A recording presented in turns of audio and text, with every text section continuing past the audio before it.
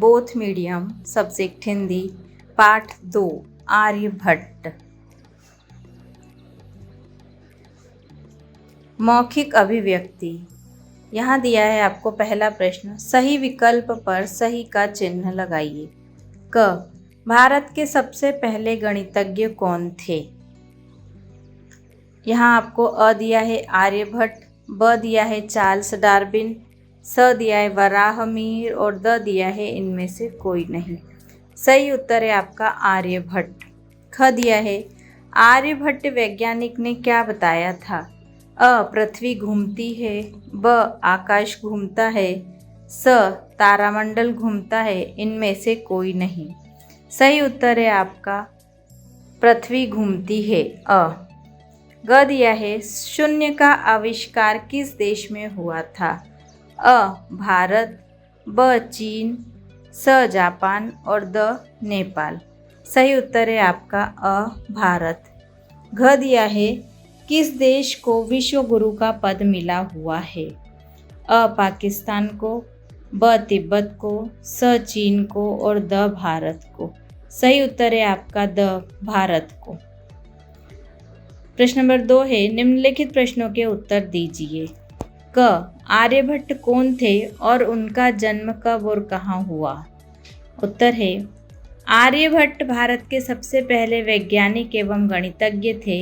यद्यपि वैदिक काल में ये विद्याएं विकसित थी, पर प्रायोगिक दृष्टि से आर्यभट्ट ने ही बताया कि पृथ्वी घूमती है और तारामंडल स्थिर है। उन्होंने गणित में दशमलव पद्धति का आविष्कार किया। आर्यभट्ट का जन्म आज से लगभग 1500 वर्ष पहले भारत के दक्षिण में स्थित गोदावरी नदी के किनारे स्थित अश्मक नामक जनपद में हुआ। प्रश्न नंबर 2 देखिए, सूर्य चंद्र ग्रहण के संबंध में कौन सी पौराणिक कथा प्रचलित है? उत्तर ख है, एक बार सूर्य ग्रहण के अवसर पर गंगा, सोन और गंडक नदियों के संगम पर श्रद्धालुओं की भीड़ लगी थी।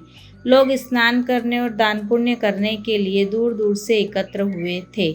उस समय तक यही मान्यता थी कि राहु और केतु के कारण चंद्र ग्रहण तथा सूर्य ग्रहण होते हैं।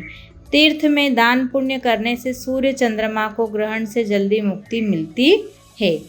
प्रश्न नंबर ग है, आर्यभट्ट ने गणित को समझाने के लिए किस पद्धति का सहारा लिया?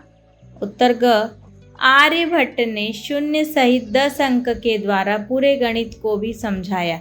उस समय संसार के लिए यह बहुत बड़ी बात थी, क्योंकि भारत को छोड़कर विश्व के अन्य देश उस समय तक शून्य से परिचित नहीं थे। आर्यभट्ट ने स्वरों और व्यंजनों के मेल से बड़ी संख्या को लिखने की पद्धति का भी आविष्कार किया। इसे अक्षरांक पद्धति कहते हैं। उन्होंने रेखागणित और बीजगणित के वर्गमूल, क्षेत्रफल, त्रैराशिक, त्रिकोणमिति, समीकरण आदि का विवेचन किया। प्रश्न नंबर घ देखिए,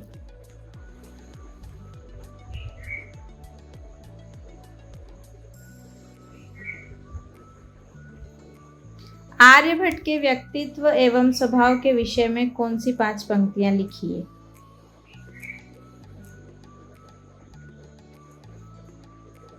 आर्यभट्ट स्वतंत्र विचारों वाले दिग्गज वैज्ञानिक थे। वे किसी का भी अंधानुकरण नहीं करते थे, न स्वयं का अंधानुकरण करने के लिए कहते थे। वे प्रत्येक सिद्धांत को प्रयोग द्वारा सिद्ध करते थे और लोगों को समझाने का प्रयत्न करते थे। अपनी इस प्रखर विद्वत्ता के कारण वे नालंदा विश्वविद्यालय के आचार्य पद पर प्रतिष्ठित हुए। वे जन्म कुंडली देखकर भविष्य बताने वाले परंपरावादी ज्योतिषी नहीं थे, बल्कि आकाशीय घटनाओं तथा ग्रह नक्षत्रों का अध्ययन करके सही सिद्धांतों की प्रतिष्ठा करने वाले महान वैज्ञानिक थे। प्रश्न नंबर 2 दिया है, पाठ के आधार पर रिक्त स्थानों की पूर्ति करो। क, आर्यभट्ट भारत के सबसे पहले वैज्ञानिक एवं गणितज्ञ थे। यहाँ 2 रिक्त स्थान दिए हैं, पहले में आएगा वैज्ञानिक और दूसरे में आएगा गणितज्ञ। ख देखिए, उन्होंने गणित में अक्षरांक पद्धति का आविष्कार किया। यहाँ भी 2 रिक्त स्थान दिए हैं, पहले में आएगा अक्षरांक और दूसरे में आएगा आविष्कार। ग, सूर्य और चंद्र ने उसको पहचान लिया। ग रिक्त स्थान में भी 2 रिक्त स्थान दिए गए हैं, पहले में आएगा चंद्र, दूसरे में आएगा उस। घ, सन 1976 ईस्वी में 1976 ईस्वी में आर्यभट्ट की 1500वीं जन्म जयंती मनाई गई। यहाँ भी 2 रिक्त स्थान दिए गए हैं, पहले में आएगा 1976 और दूसरे में आएगा 1500। आगे दिया है संक्षिप्त पर टिप्पणियाँ लिखिए। पहला दिया है अक्षरांक पद्धति। आर्यभट्ट ने 0 सहित 10 अंक के द्वारा पूरे गणित को भी समझाया। उस समय संसार के लिए यह बहुत बड़ा बात थी, क्योंकि भारत को छोड़कर विश्व के अन्य देश उस समय तक 0 से परिचित नहीं थे। आर्यभट्ट ने स्वरों और व्यंजनों के मेल से बड़ी संख्या को लिखने की पद्धति का भी आविष्कार किया। इसे अक्षरांक पद्धति कहते हैं। उन्होंने रेखागणित और बीजगणित के वर्गमूल, क्षेत्रफल, त्रैराशिक, त्रिकोणमिति समीकरण आदि का भी विवेचन किया। दूसरा दिया गया है आपको आश्मक तंत्र। आर्यभट्ट ने गणित और ज्योतिष से संबंधित एक पुस्तक लिखी जिसका नाम था आर्यभट्टीय। संस्कृत पद्य में लिखी हुई इस पुस्तक को 4 भागों में बांटकर आर्यभट्ट ने गणित और ज्योतिष के कई सिद्धांतों का निरूपण किया। इस में 121 श्लोक हैं। एक श्लोक में उन्होंने अपने जन्म समय का संकेत किया है, जिसके अनुसार उसका जन्म सन 476 ईस्वी में हुआ था। इस ग्रंथ को आश्मक तंत्र भी कहते हैं। तीसरा दिया है आपको कोपरनिकस। सन 1473 से 1543 ईस्वी के बीच कोपरनिकस ने कहा कि हमारी पृथ्वी अपनी धुरी पर चक्कर लगाती हुई सूर्य के आसपास घूमती है। तब भी पश्चिमी देशों में उसका खूब विरोध हुआ, क्योंकि यह सिद्धांत ईसाई मत के विरुद्ध था। प्रत्येक सत्य बोलने वाले को प्रारंभ में बहुत कुछ सहना पड़ता है। चौथा दिया है आपको अल-बरूनी।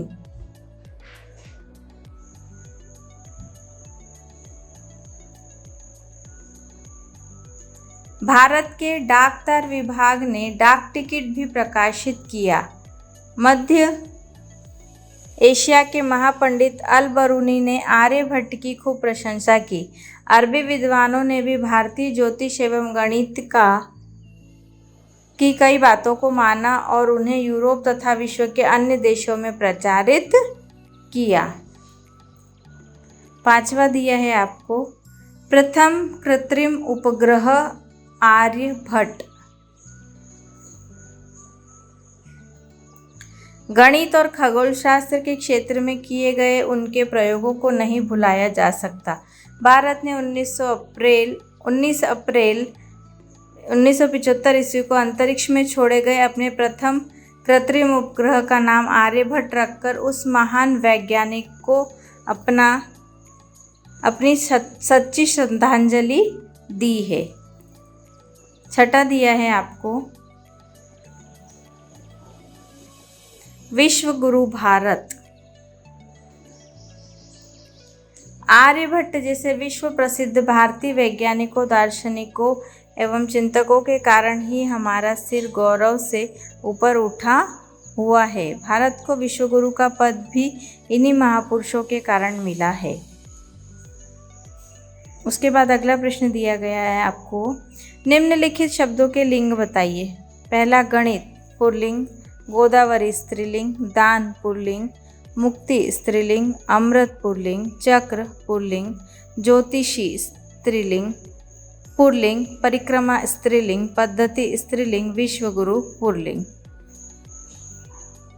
दूसरा है निम्नलिखित वाक्यों को पढ़िए। क, भारत के दक्षिण में गोदावरी नदी बहती है। ख, सूर्य पूर्व में निकलता है और पश्चिम में अस्त होता है। इन वाक्यों में दिशाबोधक शब्द आए, इनसे दिशाबोधक विशेषण बनते हैं, जैसे उत्तरी, दक्षिणी। यहाँ आपको दिशाओं के नाम दिए ना, पश्चिम दिशा, पूर्व दिशा, तो ये क्या है, दिशा बोधक विशेषण बनाते हैं। चारों दिशा बोधक विशेषणों का दो दो वाक्यों में प्रयोग कीजिए। चारों दिशाओं के नाम आप जानते हैं, पूर्व, पश्चिम, उत्तर, दक्षिण। तो यह प्रश्न आपका होमवर्क है, आपको स्वयं करना है। आगे देखिए, उदाहरण के अनुसार वाक्यों में परिवर्तन कीजिए। जैसे थोड़ी देर में चंद्रमा को ग्रहण लगने वाला है, तो क्या वाक्य में परिवर्तन किया गया है, थोड़ी देर में चंद्रमा को ग्रहण लग जाएगा। क देखिए, सोन और गंडक नदियों के संगम पर मेला लगने वाला है। इसको लिखेंगे हम, सोना और गंडक नदियों के संगम पर मेला लग जाएगा।